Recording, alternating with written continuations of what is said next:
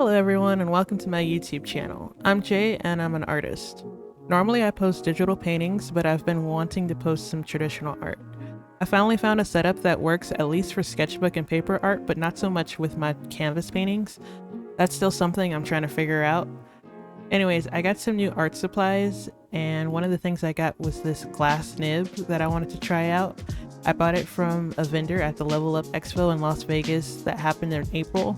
I can't remember the name of the vendor, but he was a really cool guy. It came with a box shaped like a book with different patterns on the cover.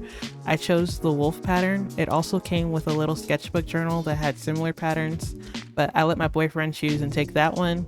And then it came with some ink. I think I spent around 25 to 30 bucks. I actually got 2 nibs and he threw in an extra ink jar for me, so that was really cool. It's easy to use and clean, but it is glass, so I was kind of worried about putting too much pressure on it while working. I can be pretty heavy-handed, but it held up pretty well and is sturdier than it looks.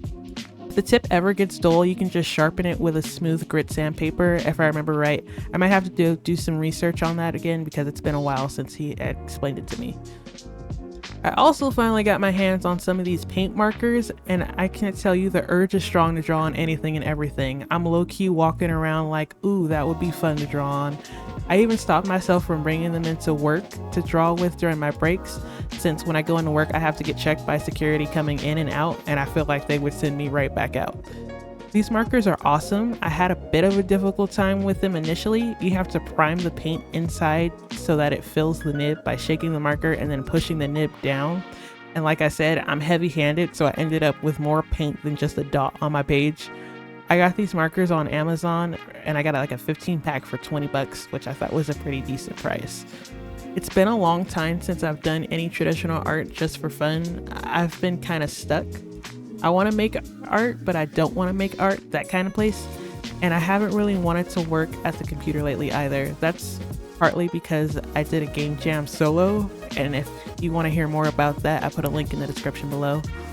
And I just don't feel like I'm making anything good anyways. At least nothing worth sharing. So I haven't. I'm feeling pretty stagnant in all my work, but I've been here before and I know the best place to start to get out of this space is back to the beginning. I need to start all over and be a beginner artist. Spending hours perfecting a technique or learning a new way to draw something, studying a new art style, or just drawing a completely different subject.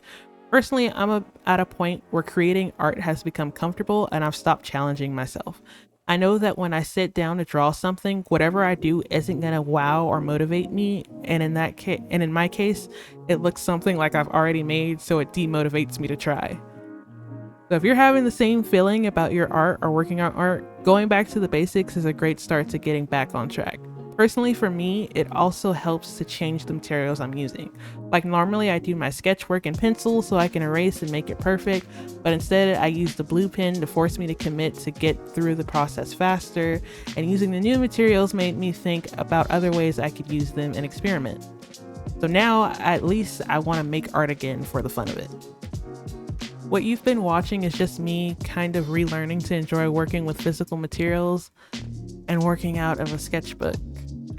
This process doesn't have to take a long time out of your day and doesn't even need you to go buy new supplies like I did.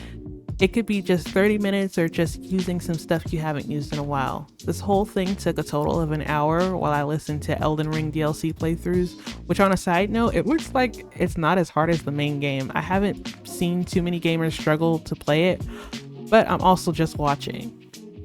If you do get the chance to get some of these paint markers, I highly encourage you to do so. They are really fun. Anyways, thank you for watching and have a nice day.